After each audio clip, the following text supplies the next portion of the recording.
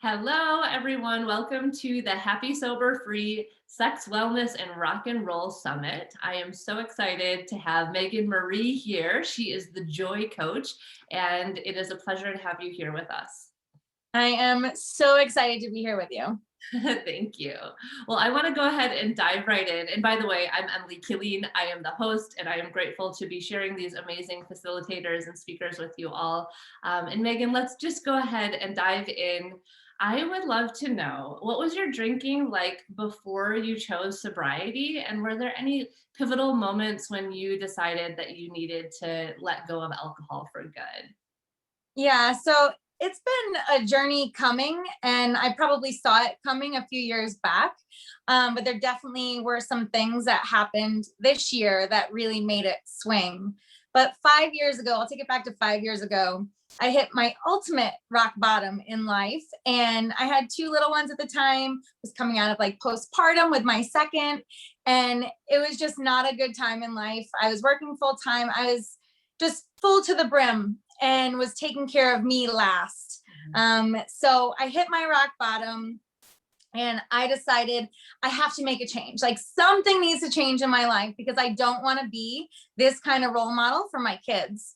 So I started diving into food and fitness, and it took me a ways. It took me a good year, and I felt like amazing.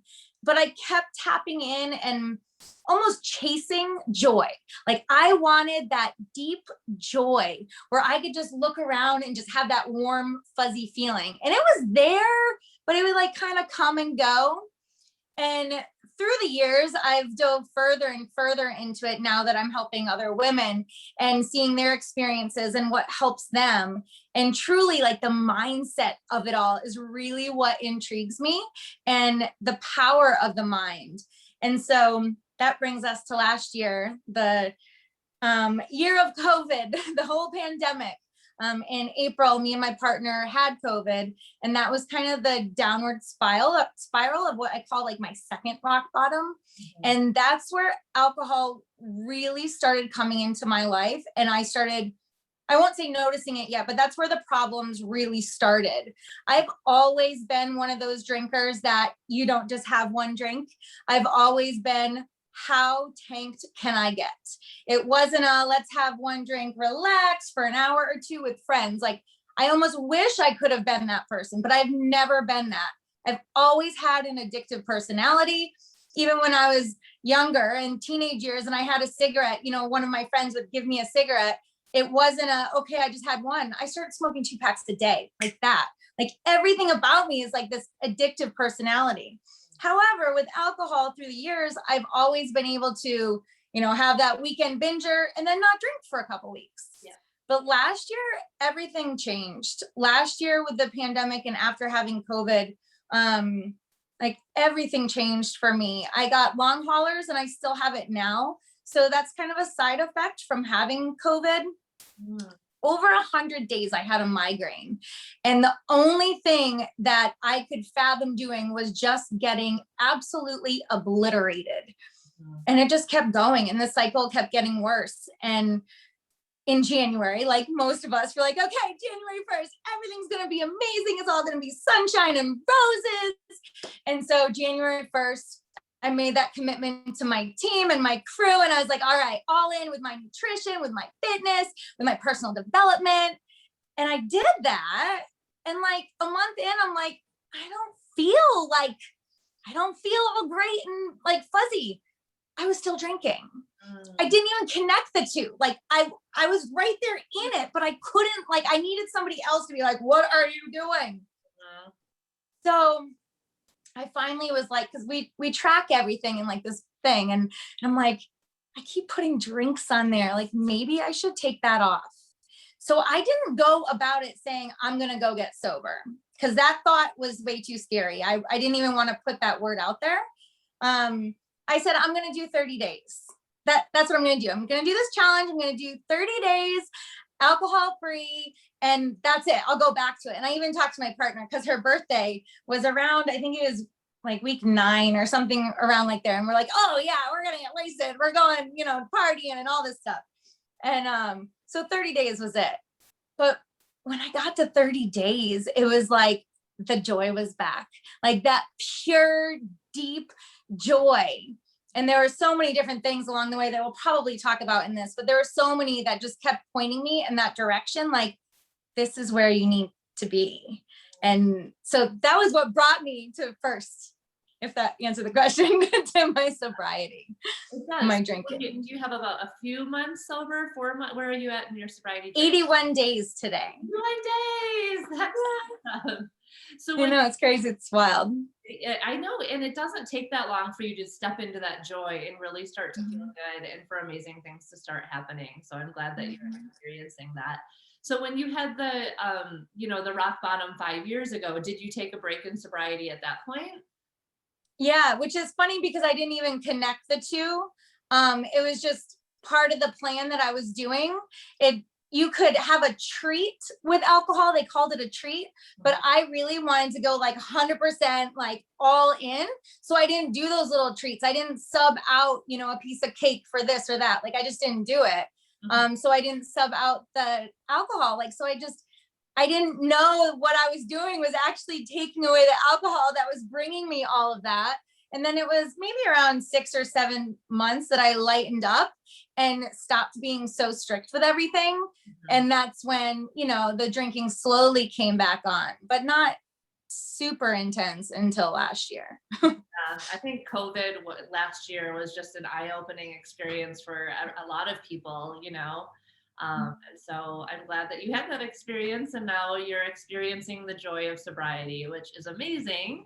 And I love that you're a joy coach. I'm all about like happiness and freedom and joy in sobriety. And looking at your Instagram account where I found you, you just emanate joy. So I'd love for you to tell me and the listeners a little bit about what you do to just stay in a positive mood and feel joyful as much as you possibly can. And it's funny that you say that when you look at it, you see joy, and that makes me joyful that you say that. But some people message me and they're like, I just can't be like you, happy all the time and feel good. And it's like, I don't feel happy all the time. And I do feel a lot more joy and happiness and all that than I used to, but it doesn't come naturally. Like, I work for it. I work for my happiness and I work for my joy. I have to do things on a consistent basis or I lose it. And I can spiral down like so fast. And it's just really releasing any of those things of my habits that I do on a daily basis. My mindset work, my personal development. Before, maybe 4 years ago, I didn't even know what personal development was. Like, I thought that was like, if you were in a hospital or something and you really needed to work on yourself. Like, I was one of those people that just didn't believe in mindset like that had anything to do with how your life would be. And now, I feel like maybe 75% of the work that we do on our mind is really what creates the life that we're living. And so on a daily basis, I'm listening to audio with my kids too, because my friends always say, like, how do you listen to it in the car with your kids? I'm like, they listen to it too. Everybody needs that, constant feed of positivity and growth, and it helps you expand and helps you learn more about yourself too. But also fitness plays a huge role in my life. When I actually have a rest day, I do not smile as much. And I know that's so crazy, but like some of the girls in my crew, like, they get it now because they're like, I don't like fitness. I don't want to work out. I'm like, yeah, I was there too. But now, like, the joy that I get when I work out and when I sweat, and it's one of my therapy sessions. I have a therapist too, but it's one of my therapy sessions is working out. But on top of that, I should mention, always have a therapist. That's amazing, no matter what's going on in your life. So we have, a therapist as well. And then nutrition, food just plays a huge role in your mood, which is crazy to me that your food can affect your mood. But I have to be conscious daily about the foods that I put in my body. And like I said, like, I track the things that I do. When I know and I look back and I had a bad day like yesterday, like, I can track what food I ate. I can track like all the different things, and they all play a role. But a lot of, usually the number one thing I always share in my story is that, Like when I'm in a funk and I need to like bring my joy back, it's music. I crank music. So like right before this call, I cranked that stuff like full blast. Not that I'm in a bad mood, but I just wanted to like set my mood right. And so I have a playlist, you know, in my iTunes. That's my happy joy music. And I turn that on when I need to, you know, get back to feeling joy. So those are a few of the things I do. I think it's a constant. Yeah, it's just like all the things that make you feel good, and the music and the movement, it's so important. And then the food too, because a lot of us, when we're new to sobriety or just in sobriety in general, so much of society and those of us with addictions reach for the ice cream to make us feel better, or the comfort foods. And really, they might emotionally make you feel better in that moment for a short period of time, but like physically, um, they don't always do the best. So it is really good to be conscious. I'm curious, what's one of your favorite like healthy snacks that's like a treat for you? It's funny, I actually have it almost every day, but I literally look forward to it every day. Sounds weird, but Greek yogurt with a little bit of like liquid stevia and frozen fruit. Nice. That is my go-to. And if I don't have it, I get cranky. Like I absolutely love that as a snack. But it's funny that you say that about, you know, when you go into sobriety. I had to, because I've, you know, cut different things out, whether I was doing a sugar detox or whatever. And I just know that for me personally, because I do have that addictive type personality, I need to replace the drinking with something. So I needed in my mind, like, okay, for these 30 days, like, what am I going to be doing, you know, at night instead of, you know, getting wasted with Megan at night? Like that was like our go-to, what we did. I have to do something else. So every single night we had a cup of tea. We went, we made it, and we had our cup of tea. So having that physical thing in my hand helped me and stopped me from reaching for the ice cream or the Doritos, which are my two go-tos. So those are the two things that I needed to actively like be thinking that I needed to, you know, replace, not an addiction, because I don't know if you can be addicted to herbal tea, but you know, I needed to create something else instead. Yeah, it sounds like you've made it like a ritual, which is really good. Yeah, absolutely. Yeah. So is your partner on the sober train with you right now? She is, which is absolutely nuts because it's kind of funny. So she said, yeah, I'm going to do it with you. This was again the 30 days. Cause remember we were going to get wasted for her birthday. That was, you know, what was going to happen. Well, we ended up going on vacation for her birthday. We went to St. Augustine. And before that, I was scared. Like I literally was scared. And this is the person like I love with all my heart and I want to marry, but I was scared to have this conversation with her and say, so are you going to be drinking? Like I was so scared to ask. And she's like, no. And she's like, I've actually been looking it up and there's alcohol-free options that we could do and maybe celebrate in a different way. And so that's actually what we did. We had a few alcohol-free versions that we brought with us. We had an absolute blast. I remember every single moment from that vacation, which one of them was a ghost tour. So I'm still remembering it. But I remember everything. And we woke up every morning and we went and we found a little basketball court and we went and did our workouts on the basketball court.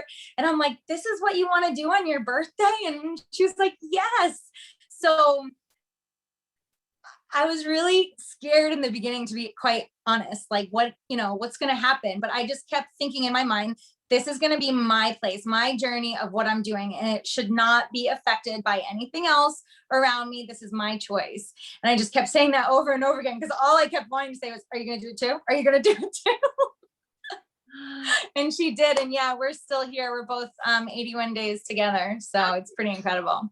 I love that. And I didn't know what the answer was going to be, but it does help when your partner hops on board with you. It just makes things easier. And I know that that isn't the case for everybody. Sometimes it can be frustrating, but also like if somebody has a partner that's not on board, just keep doing you and they will see how you wake up joyful, how you feel good. And it is contagious. And So that's so amazing that It is. It's totally contagious. And it's funny you say the word contagious, because people around me that I've talked to, like, they'll message me and be like, I've been watching your journey and I'm doing the same thing too. You just look like you're having like such a good time. And it's like, it's contagious, you know, but it's funny because I didn't realize that. I thought I was going to be alone. Thought I was going to be alone doing this, not meaning me and Megan, more so meaning I'm always on social media. And I thought that I was going to have to kind of keep this more subdued because nobody else was going to be like me. You know, I placed in my head that people that were sober didn't like to go out or they didn't do anything fun. Like, I just had this stigma around people that were sober, and oh my gosh, was I wrong. Like totally the opposite. Like, I remember the first time I put that post out on Instagram, and I was just like floored, like totally floored by the sober community and how absolutely incredibly amazing and fun they all are. It's amazing, incredible. I have full body chills because this is the reason that I'm doing these summits and trying to spread the word, because I had the same thing. I was like, what am I gonna do? Like, I'm the only one that doesn't drink. Like, I can't go to concerts anymore. How am I gonna date? You know, like, what is sex gonna look like? And so just starting to have these conversations and open up and show people that it gets to be fun. And I have so much fun on vacations. Luckily, my mom and dad don't actually drink, and now my partner doesn't either. And we just went on a vacation and we're all sober and giggly and go to bed at 9 p.m. and wake up feeling great. And it is really awesome. So you are living proof that it can be amazing, and we get to keep spreading that love. So yeah. Absolutely. That's awesome. Vocalizing and being open about it, because it is kind of nerve-wracking at first. So yeah, I admire you for that. Thank you. You too. So let's see here. I want to know a little bit, because you are a member of the LGBTQ community and stepping into sobriety. Do you think that's added any extra challenges? I know that sometimes that community can be a heavy drinking community. I'd love to know how you feel about that. So it's interesting that you talk about that. Right now, we just entered Pride Month. So I mean, all of my Pride events that I've been to, I don't remember. I remember I had fun. I remember, you know, like saying how much it was the best time of my life, but I don't remember. I don't remember it. So Megan and I are, you know, we planned out our month. St. Pete in Florida has some of the biggest Pride events. And so every single weekend this month, they have an event. And each year previously, you know, I had thought, because when you go, you see some kids there, you know, parents bringing their kids. I'm like, gosh, I would love to bring my kids to this, because they are not surrounded by many other families that look like Megan and I. And I would love for them to see that. But all that I was so worried about those years was drinking. Well, I'm not going to be able to drink enough then. I don't want them to go. Like, I was so obsessed with the level of drinking I wouldn't be able to attain if I brought them, that I didn't bring my kids to one of the most like magical things. So yes, drinking has a huge thing to do within our community, but I will say actually the opposite that I've felt within the community is how supportive they are. And I think it's, you know, we all have been celebrating diversity, and, you know, for so long that we're like the least judgmental people you'll ever meet. So just one instance that Megan and I had recently, maybe a month ago or so, we went to our friend's wedding, and it was two women, and they were so supportive of us. Like, we had talked about, you know, can we bring some alcohol-free options? They're like, oh my gosh, yes. Like, they went out, they made sure that we had like something alcohol-free to toast with. Like, it was incredible. And then go figure, we were sat right next to a sober couple. So we're now good friends with the both of them. So it's just been absolutely amazing so far. But I will say it'll be 2 weeks from today, or 2 weeks, we'll be going to our first sober Pride event, taking our kids, and we're pumped. I'm so excited that I actually get to share that with them now. Yeah, and the experiences that open up when you do choose sobriety and aren't so obsessed with the drinking. Now you get to bring the children and have them experience it, and the amount of joy that that's going to create for everybody.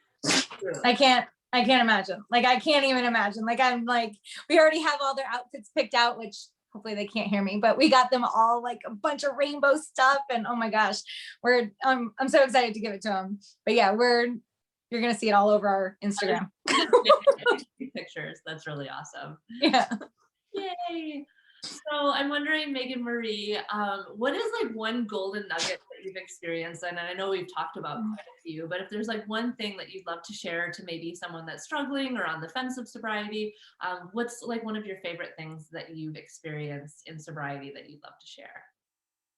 I think it's so hard because there's a lot. So it was hard to like think about one, but one of the things that I think I was more surprised by is the time that you get. And I don't mean like the length of your life, experience, like I don't mean that kind of time. I mean like the present, in the moment time. It was, and I promised myself I wasn't going to cry. So I'm going to try really hard. I think it was like my second week sober. And that was a pretty hard week, to be honest. It was a pretty hard week. And I took the kids down to a park and we were outside and all the swans, and it was just like all magical. It was beautiful. And my daughter, which is 7, she looked up at me and she's like, "Thank you for playing with me, Mom. You haven't done it in a while." I was like, this is why I'm doing it. And it was things that I didn't notice, but like looking back, my nights weren't filled with playing Barbies with her on the floor. It was filled with me drinking and turning the movie on just to, it was just so different. So to hear that from her at week 2, it pushed that maybe this is going to go past 30 days thought, and it just kept going further and further. And now, I mean, I can't imagine going back.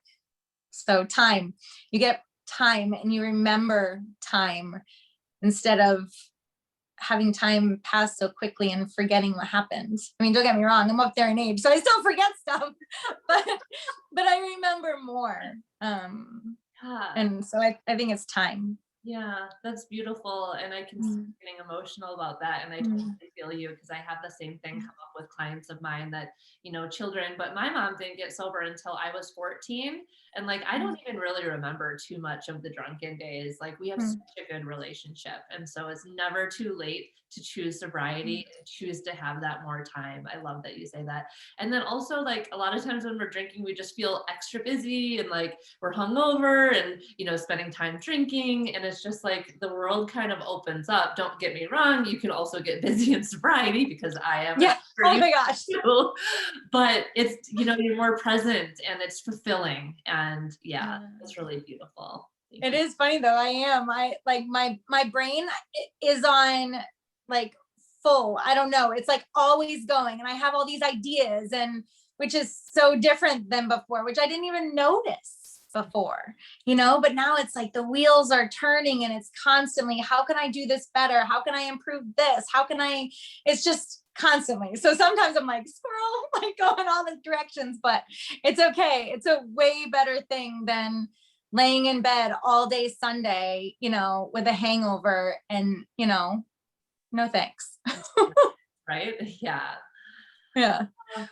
So I know you have quite a few awesome things going on. Would you care to share with the audience about like any upcoming offerings that you have or projects that you're working on? Since you're talking about all your ideas, I'd love to hear about what you have in the works. Yeah, absolutely. So every single month I run what's called the Joy Gym. And the Joy Gym is where all of the girls come together and we support each other through nutrition, fitness, mindset, lots of mindset. I introduce people that have never, done any personal development and make that almost a requirement. Because I think if I wasn't forced to do it, I would have never done it either. So I have those groups, but then I'm in my very first one right now, day 10, of a group where we're alcohol free. So we incorporate all the nutrition, the fitness, and also throw in 30 days of no alcohol, just to kind of, not that saying that anybody wants to be sober, that anybody wants to kick the alcohol, but really just to tap into like how you feel when you do kick the alcohol. So I run a bunch of different types of groups, but I wanted to have everybody experience fitness and a little bit of meditation. So I have 7 days of a workshop for you guys. So you can get 6 different workouts and a day of meditation. Oh, beautiful. What an amazing gift. And I love the 30-day challenges, incorporating it with the diet and the meditation and the mindset, because it all comes together. You know, when we decide to get sober, there's work that gets to be done. If we want to live happy, sober, and free and feel joyful, if we just like get rid of the booze and don't do anything, then we're probably not going to be living in abundance. So I agree. It's constant work, and it's good work. It's great work that, you know, that you get to do every day, and you get to feel accomplished, which is a really good feeling, and it boosts your confidence, which I always say to everybody, that confidence is the thing that just moves mountains, and it's what changes everything. But you can't just naturally get that confidence, that true inner confidence. You have to work on it and achieve things. Like just even daily, just checking off things daily can start building your confidence. It's funny because I told you that, you know, I do personal development every day. It's always, you hear the right thing at the right time kind of thing. This morning, I even said to myself, I'm like, you know what? I don't want to hear anything today about personal development. I just want to be in my own head and think my own thoughts. I don't want to be sharing somebody else's thoughts. But I'm like, no, this is my routine. I can't break my routine. So when I'm showering, it's always when I have it going. Siri's talking to me.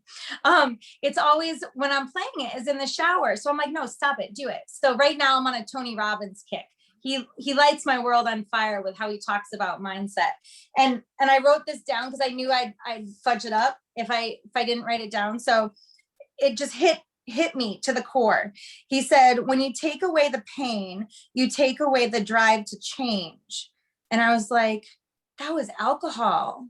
Alcohol took away my pain. So it stopped me from wanting to change. It stopped me from wanting to be better.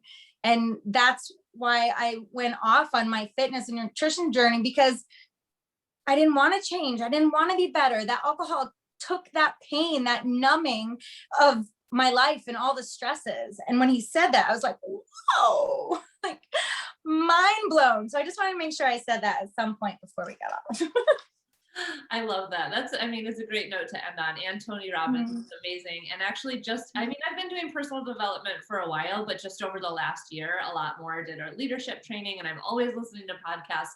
So when you listen to Tony Robbins, is there a certain podcast or YouTube, or where are you finding him? No, he's just now, I just switched over to him. So I'm really new to Tony Robbins. I'm like 3/4 of the way done with this book. However, if for anybody out there that wants somebody to listen to that, you know, has been through sobriety, I've been on a huge Glennon Doyle kick.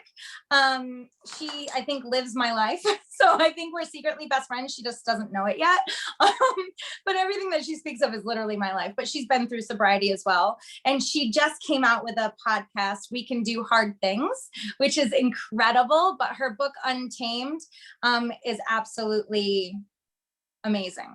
I love that. I actually have that book. I have not read it yet, so get on it. It's good. It's real good.